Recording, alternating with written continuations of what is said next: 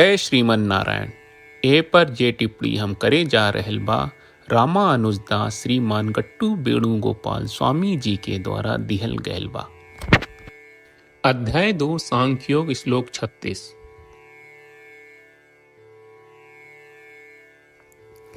अवाच्यवादांश्च बहून्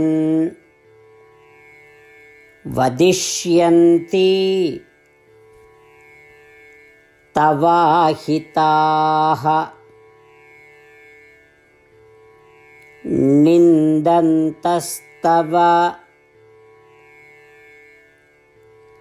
सामर्थ्यं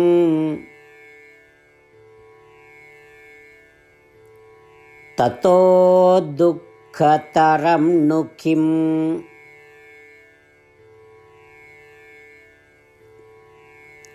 ओम।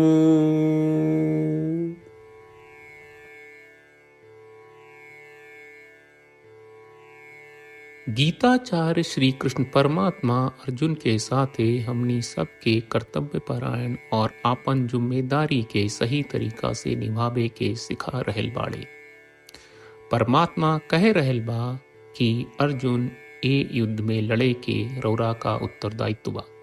अर्जुन काहे कि रौरा एक क्षत्रिय हो।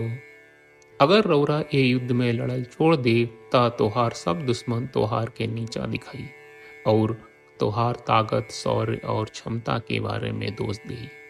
ऊ पंचे अकथनीय और भयानक बात से रौरा के अपमान करी।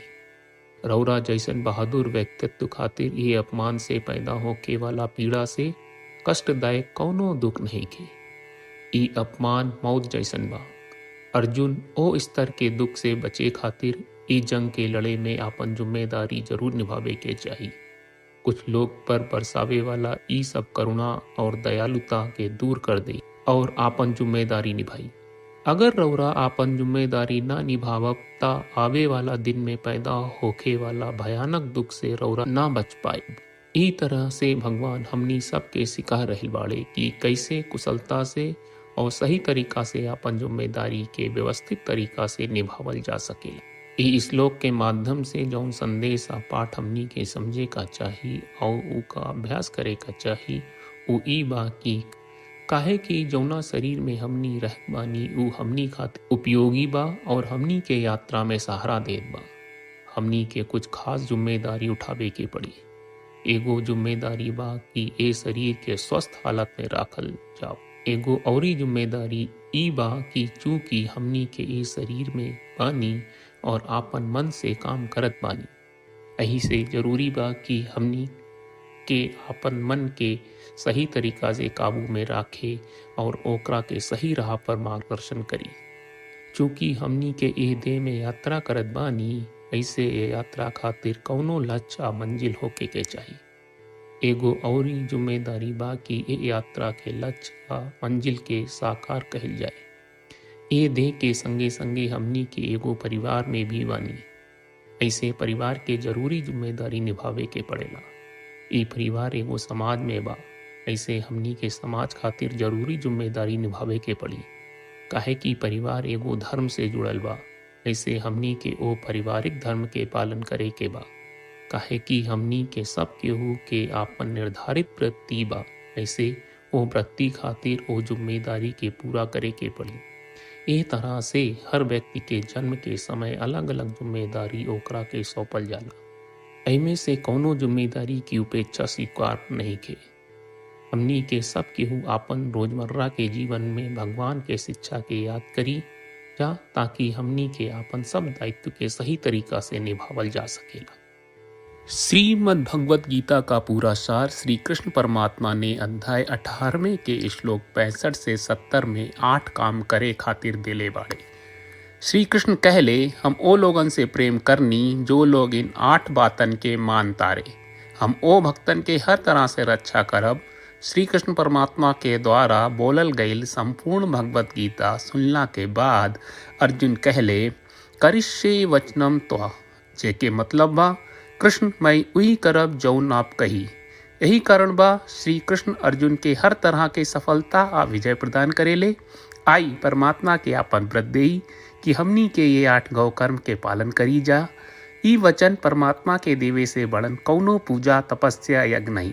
हम 8 प्रण कहब जौन हमनी के करे के चाहिए। आप सब कृपया इन्हन के आपन दिमाग और दिल में सोची। श्री कृष्ण के आपन वचन देवे के ई तरीका में हमनी सबकी कल्पना करे के चाहिए कि श्री कृष्ण का चेहरा खुशी से चमकत बा और खुशी के एहसास करत बा। जय श्रीमन नारायण। यहाँ हमनी के 8 वादा बा। हमनी के पहला वादा, हे श्रीमन नारायण, आपका निर्देश के मुताबिक हम हमेशा तोहार ध्यान करब और तोहार बारे में सोचब। हमनी के दूसर वादा, हे श्रीमन नारायण, आपका सलाह का अनुसार हम हमेशा आपका भक्त रहब। हमनी के तीसर वादा, हे श्रीमन नारायण, हम आपन सब काम तोहरा सेवा के रूप में और तोहरा संतुष्टि खातिर करब। हमनी के चौथा वादा, हे श्रीमन नारायण, जैस की आप माने के कहले रहलू, हमरा बहुत विश्वास बा कि हम आपके होई और हम हमेशा आपन दोनों हाथ जोड़ के आपके नमस्कार करब और आपकी पूजा करब। हमनी के पांचवा वादा, हे श्रीमन नारायण, हमरा के तोरा बात माम एकम शरणम ब्रज 1866 याद कहले, जहां आप हमरा के आपन का अर्पित करे का कहा। श्रीमन नारायण, मैं हमेशा तोहरे शरण में रहब। हमनी के छठवां वादा, हे श्रीमन नारायण, हमरा के तोहरा बात माँ सुचहा 1866 याद कहले कि आप हमनी के शोक ना करे का आश्वासन दे रहे बड़े, हम अब और शोक ना करब। हमनी के 7वां वादा, हे श्रीमन नारायण, आपने हमरा खातिर श्रीमद् भगवत गीता के वितरण करके हम सबके कृपा कहले और आशीर्वाद दहले बा। हम वादा करत बानी कि रोजाना कम से कम 1 श्लोक पढ़ब या सुनब। हमनी के 8वां वादा, हे श्रीमन नारायण, आप गीता के पूरा मानवता तक ले गयलू। हम गीता में आपके दिव्य वचन के उन भक्तन तक पहुँचावे के प्रयास करब जे गीता से अपरिचित बा। हे श्रीमन नारायण, हम उई करब जौन तू करे का कहब। हम ऐसन व्यवहार करब जैसन आप चाहत बानी और हम खाली आपका खातिर काम करब। श्रीमन नारायण के रोज आपन वचन देहल कि हम ओइस करब जैस आप कहत बानी, ई अपने आप में बड़न पूजा बा। श्रीमन नारायण, करशे वचनम त्वा। श्रीमन नारायण, हम तोरे निर्देश के मुताबिक काम करब। सर्वम श्री कृष्ण अर्पणम अस्तु। जय श्रीमन नारायण। अवाच्य वादांश्च बहून् वदिष्यन्ति तवाहिताः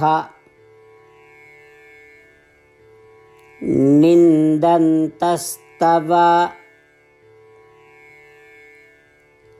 सामर्थ्यं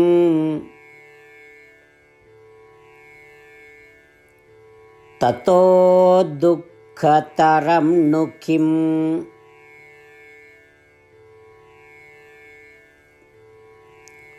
ओम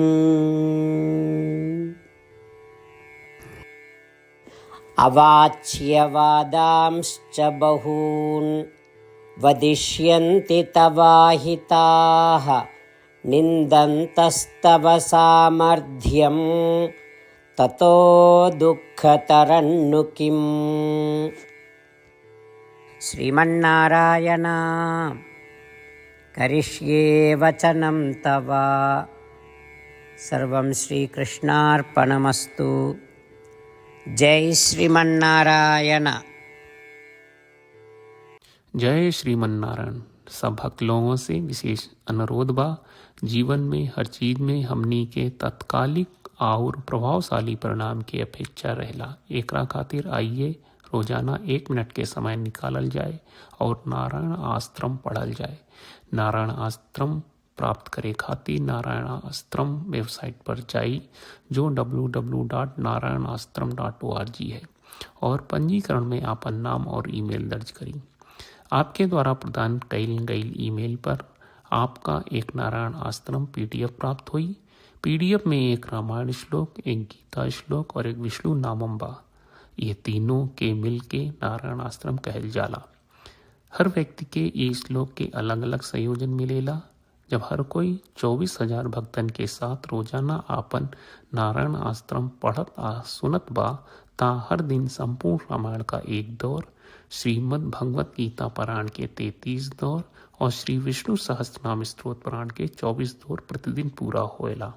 ई एक बहुत ही उल्लेखनीय और विलक्षण परिणाम बा जौन हर एक दिन ऐसकरे से निकलेला। ई कारण बा कि आप और आपके परिवार के सदस्य तुरते जाके आपन नारायण आश्रम प्राप्त करी। जय श्रीमन नारायण।